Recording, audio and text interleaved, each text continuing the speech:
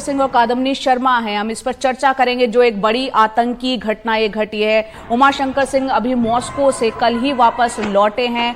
उमा, आप मॉस्को में थे, वहां के जो हालात ये एक तरह से यहाँ पर क्रिएट हुए हैं। हमने देखा एक जबरदस्त आतंकी हमला हुआ है जिसकी तस्वीरें हम देख रहे हैं। इस पूरे इलाके के बारे में सबसे पहले बताएं, क्योंकि राजधानी पर ये हमला हुआ है। जी देखिए, मैं वहाँ पे था राष्ट्रपति चुनाव कवर करने के लिए, और जो वहाँ पे सुरक्षा व्यवस्था थी वो काफ़ी चाक चौबंद थी, खासतौर पे मध्य मॉस्को की। लेकिन ये जो इलाका है मध्य मॉस्को से बाहर का इलाका है, और यहाँ न सिर्फ कंसर्ट हॉल है बल्कि इसके अलावा शॉपिंग मॉल है, बहुत सारी दुकानें हैं और बड़ी तादाद में लोग यहाँ पर जुटते हैं। और क्योंकि फ्राइडे नाइट था, लोग जो है अपने घरों से परिवारों के साथ, परिजनों के साथ निकले थे, यहाँ पहुँचे थे। और जो ये कंसर्ट हॉल है उसकी जो अपनी क्षमता है वो 6200 लोगों के बैठने की क्षमता जो है यहाँ पर बताई गई है। और ये भी बताया गया है कि तमाम टिकट जो है वो बिक चुके थे। तो इसका मतलब है कि इस हॉल के में ही 6000 से ज़्यादा लोगों की तादाद जो थी वो मौजूद थी। और ऐसे में इस तरह से हमलावरों का हमला करना, खासतौर पे शुरुआती तौर पे तो 3 अटैकर्स बताए गए, लेकिन बाद में 5 से 6 अटैकर्स बताए गए हैं। और उन्होंने न सिर्फ अंधाधुंध फायरिंग की बल्कि इसके अलावा उन्होंने बम भी वहाँ पर फोड़े, जिसकी वजह से वहाँ पर आग लगी।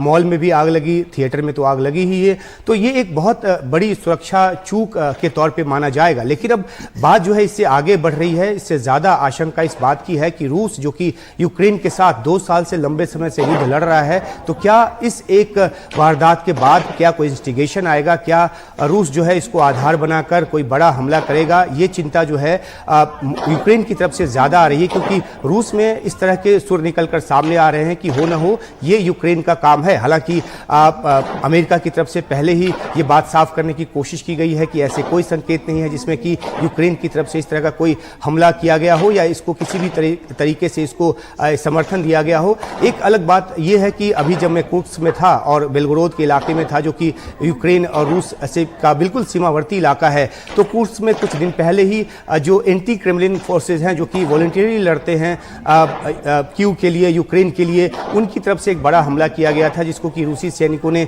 नाकाम कर दिया था। और ये भी एक जो वहाँ पे एक अंदाज़ा लगाया जा रहा है कि क्या उनमें से कुछ हमलावर जो है स्नीक इन करके यहाँ तक पहुँचे हो और उन्होंने इस तरह से हमला किया, क्योंकि वो कैमोफ्लेज पहने हुए थे, उन्होंने ऑटोमेटिक राइफल्स का इस्तेमाल किया। और हालांकि आईएसआईएस ने इस बात की जिम्मेदारी लेने की बात की, लेकिन उस पर तमाम तरह के सवालात हैं। आईएसआईएस और रूस के बीच की एनिमिटी का अपने एक पृष्ठभूमि है। 2015 में बशर की सरकार को के समर्थन में जिस तरीके से रूस ने भी सीरिया में बमबारी की आईएस के खिलाफ, वो एक पृष्ठभूमि है। दूसरी, जो अफगानिस्तान में जिस तरीके से रूस जो है अपनी भूमिका निभा रहा है और जिस तरीके से आईएस वहां पे पैर पसारने की कोशिश कर रहा है, वो एक पृष्ठभूमि है। तो इन तमाम पहलुओं को लेकर पड़ताल अभी जारी है। रूस की जो जांच समिति है उसने आतंकवादी हमले को अपने एंगल से जांच करने की जो कोशिश है वो शुरू कर दी है। अभी जो ताज़ा तस्वीरें आई है वहां से तमाम तरह के जो हथियार, जो गोला बारूद वहां पे बरामद हुए हैं, पुलिस ने उसकी पड़ताल करनी शुरू की है। और ये सब इस सब के जरिए ये देखने की कोशिश होगी कि आखिरकार इसके पीछे कौन हैं। पुतिन की तरफ से अभी तक कोई बयान नहीं आया है। इतना जरूर है, ये रूसी मीडिया के हवाले से रिपोर्ट की गई है कि उन्होंने जो भी घायल हुए हैं उनकी जल्द स्वास्थ्य की कामना की है। और जाहिर सी बात है कि एक स्ट्रॉन्ग रिटेलिएशन की एक आशंका रूस की तरफ से जताई जा रही है, क्योंकि हाल ही में जब 5वीं बार रूस के राष्ट्रपति चुने गए हैं व्लादिमीर पुतिन, उसके बाद उन्होंने जो अपना शुरुआती संबोधन दिया था उसमें उन्होंने साफ तौर पर कहा था कि जो टास्क उनको दिया गया है स्पेशल ऑपरेशन का यूक्रेन में, वो उसको पुख्ता तौर पे आगे बढ़ाने की कोशिश करेंगे और रूस की सेना को मजबूत करेंगे। तो इस तरह की आशंका के तौर पे भी इसको देखा जा रहा है कि क्या इस हमले के बाद रूसी युवा जो हैं उनमें ज़्यादा एक इस बात का ख्याल आएगा कि उनको भी रूस की सेना को ज्वाइन करना चाहिए और उनको भी जाकर लड़ना चाहिए। तो तमाम तरह की बातें वहाँ पर चल रही हैं, लेकिन सबसे बड़ी निगाह इस बात पर होगी कि कौन इस हमले के पीछे है और पुख्ता तौर पर उसकी क्या जानकारी है। ये अलग बात है कि आईएस ने इसकी जिम्मेदारी लेने की बात की है। जी, यहाँ पर कादम्नी, आपसे हम ये समझना चाहेंगे, क्योंकि अभी तक हम देखते हैं आईसिस के ज्यादातर जो अटैक्स होते हैं, जिसका जिक्र आपने पहले भी किया, वो सुसाइड बॉम्बर्स होते हैं, फिदाइन होते हैं। इस हमले से जुड़ी आपके पास क्या क्या जानकारी, क्या लग रहा है? क्योंकि यहाँ पर क्या ये पता चल पाया, इनकी संख्या 6 बताई जा रही है, अभी वो क्या कहाँ है, उनको पकड़ा जा सका है, उससे जुड़ी क्या क्या जानकारी है? देखिए, ये पूरा जो सीक्वेंस चला है वो आपको बताती हूँ। जैसे 7 मार्च को एफएसबी, जो कि वहाँ की फोर्स है रूस की, उसने वहाँ एक साइनागॉग जहाँ पे जो यहूदी हैं वो प्रार्थना करते हैं, उस पर एक हमले को नाकाम किया।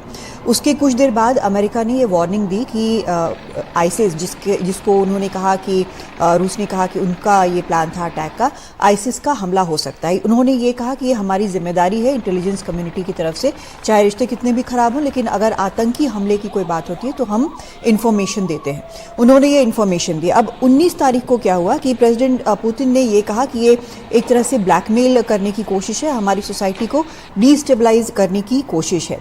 लेकिन अब हम देख रहे हैं कि यहाँ पर जो हुआ है वो आईसिस का हमला है। अब आईसिस ने इसकी जिम्मेदारी ली है। ये कौन सा आईसिस है? हमको ये समझना है कि आईसिस जो है वो कैसे अभी तक मौजूद है। आईसिस के बारे में अभी तक कुछ वक्त पहले तक ये कहा गया कि आईसिस खत्म हो चुका है। उस पर जिस तरह से अटैक किया गया, उसको बहुत ही क्रूएल था, बहुत ही ब्रूटल था। उस पर अटैक जब किया गया तो आईसिस जो है वो खत्म हो गया, जहाँ से वो शुरू हुआ, सीरिया एंड लेवेंट वाला जो कहा जाता है। लेकिन क्या हुआ, जहाँ जहाँ भी दुनिया में आप इंस्टेबिलिटी देखेंगे, अस्थिरता देखेंगे, आप पाएंगे कि आईसिस वहाँ पर मौजूद है। जी। तो देखिए, वही इस हमले को लेकर भारत ने कड़ी निंदा भी की है। पीएम मोदी ने सोशल मीडिया एक्स पर जो ट्वीट किया वो हम आपको दिखा रहे हैं। उन्होंने लिखा कि हम मॉस्को में हुए जघन्य आतंकवादी हमले की कड़ी निंदा करते हैं। हमारी संवेदनाएं और प्रार्थनाएं पीड़ित परिवारों के साथ है। दुख की इस घड़ी में भारत रूस की सरकार और लोगों के साथ एकजुटता से खड़ा है।